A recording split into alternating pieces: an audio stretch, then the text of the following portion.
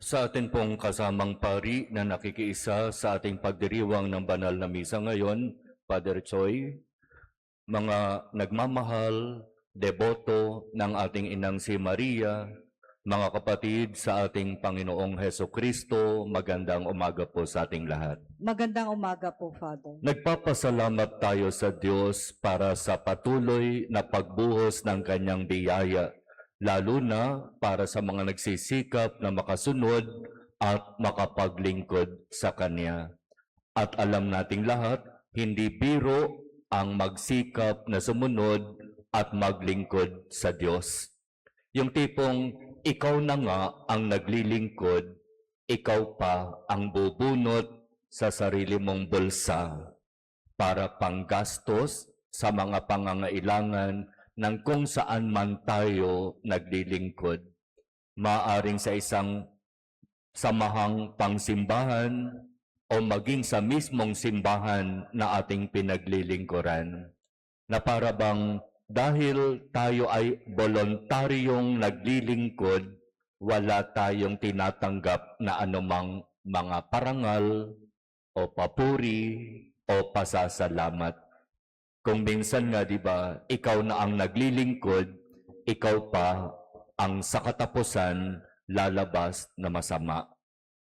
Ano ba yung inaasahan natin sa pagbibigay natin ng sarili sa paglilingkod sa Diyos ng voluntaryo? Wala. Wala ditong pera. Wala ditong parangal. Wala ditong papuri o pasasalamat. Ang mayroon dito sa tapat at tunay na pagsunod at paglilingkod sa Diyos ay krus. Sino mang nagnanais na sumunod at maglingkod sa akin ay dapat matutong magpasan ng kanyang krus araw-araw at sumunod sa akin. Tuwing unang Sabado ng buwan, tayo ay nagsasagawa ng ating First Saturday procession. At ito ay mas maaga kaysa dun sa nakagawiang prosesyon sa gabi. At sinasabi ko palagi sa pagsama natin sa First Saturday Dawn Procession, gumigising tayo ng mas maaga. Sila Father Choi para makasama at makiisa sa ating prosesyon, gumising ng mas maaga, umalis ng 3:00 ng madaling araw doon sa Parañaque para makiisa sa ating prosesyon. Sakripisyo. Di ba yan ang hinihingi ng mahal na Birhen nung siya ay napakita doon sa Fatima? Mag-alay kayo ng mga sakripisyo para sa ikapagbabalik loob ng mga makasalanan. At sinabi natin kahapon sa ating First Friday Mass, ang Dawn Procession ngayon ay iaalay natin para sa isang very specific intention para sa ating mga lingkod bayan. Lalo na sa Senado, sa mga senador. Alam natin kung ano ang nangyayari sa ating Senado. Sa mga senador, sa mga ibinoto ng ating mga kababayan, pinagkatiwalaan o maasang magiging tapat at totoo sa paglilingkod. Napakahirap tanggapin kapag yung pamamaraan ng paglilingkod ay magtatapos na. Kung minsan ang pamamaraan ng pagtatapos ay doon sa hindi natin inaasahan, doon sa hindi natin gusto. Pero tapos na ang term. Bumaba ka na. Umalis ka na dyan. Hindi na kami masaya sa'yo. Bakit ba ipinagpipilitan mo ang kung ano ang alam mong tama habang napakaraming mga professional, napakaraming mga nasa proper authority ang nagsasabi, tama ang ginawa ng mga dating nasa minority na ngayon ay bumubuo ng majority. Tama na. Umalis ka na dyan. Hindi na ikaw ang kinikilala na maging pinuno ng kung saang institusyon ka man nandoroon. At dito rin sa ating dambana, nagtapos na rin ang termino ng pamumuno ng marami sa atin. Simula sa ating Parish Pastoral Council Head hanggang sa ating mga pinuno sa mga maliliit na samahang pangsimbahan. At mamayang gabi sa ating anticipated Mass, gaganapin natin ang misa para patuloy na ipagmakaawa sa Diyos ang biyaya para sa ating dambana sa mga bagong hirang na mga pinuno ng ating parokya.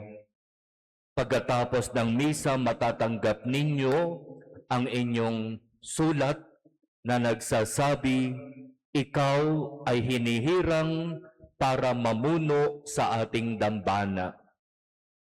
Kapag ang pamumuno ay nagtatapos na, ito ay ipinagpapasalamat sa Diyos. Anuman ang pamamaraan ng pagtatapos. At kapag patuloy tayong pinagtiwalaan para pamunuan ang kung anumang samahang pangsimbahan, dapat din tayong magpasalamat sa Diyos. At di ba iyan ang narinig natin mula sa unang pagbasa, mula sa ikalawang sulat ni Apostol San Pablo kay Timoteo? Natapos ko na ang laban. Ang katulad ko ay lumaban sa takbuhan. Natapos ko na ang aking pakikipaglaban. At nagpapasalamat ako sa Diyos sa biyayang ipinagkaloob niya sa akin para maging tapat sa tungkulin at responsibilidad. Sa mga salita ni San Pablo, sinasabi niya, dumating na ang oras ng pagpanaw ko sa buhay na ito. Puspusan akong lumaban sa paligsahan, nanatili akong tapat sa pananampalataya. Kakamtan ko na ang korona ng pagtatagumpay. At sa araw na iyon, ang Panginoon na siyang makatarungang hukom ang magpuputong sa akin ng korona. Hindi lamang sa akin, kundi sa lahat ng nananabik sa muli niyang pagparito.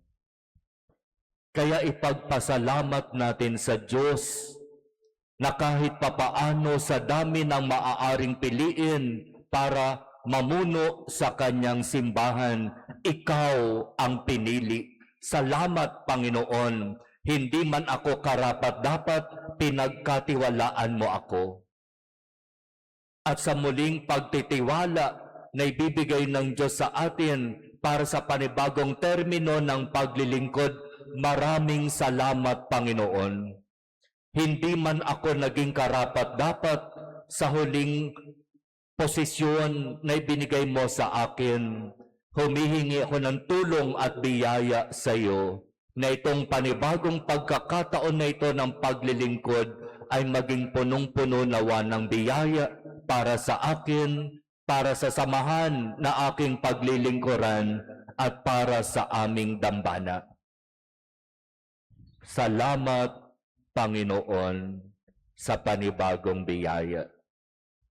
At ngayong unang Sabado ng buwan, kasama ng inang si Maria, mananalangin tayo at patuloy na hihingi ng tulong ng grasya. Siya na babaeng pinagpala sa lahat. Siya na babaeng puspos ng pagpapala. Lalapit tayo sa Kanya sa pananalangin upang katulad niya, tayo rin ay mapagkalooban ng biyaya ng tunay at tapat na pagsunod at paglilingkod sa Diyos ng buong kababaang loob.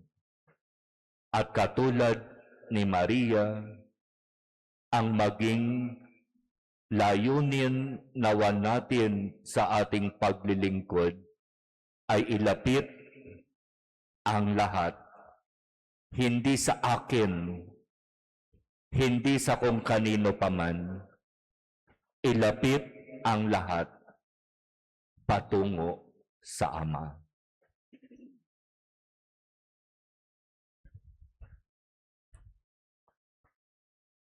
Amen.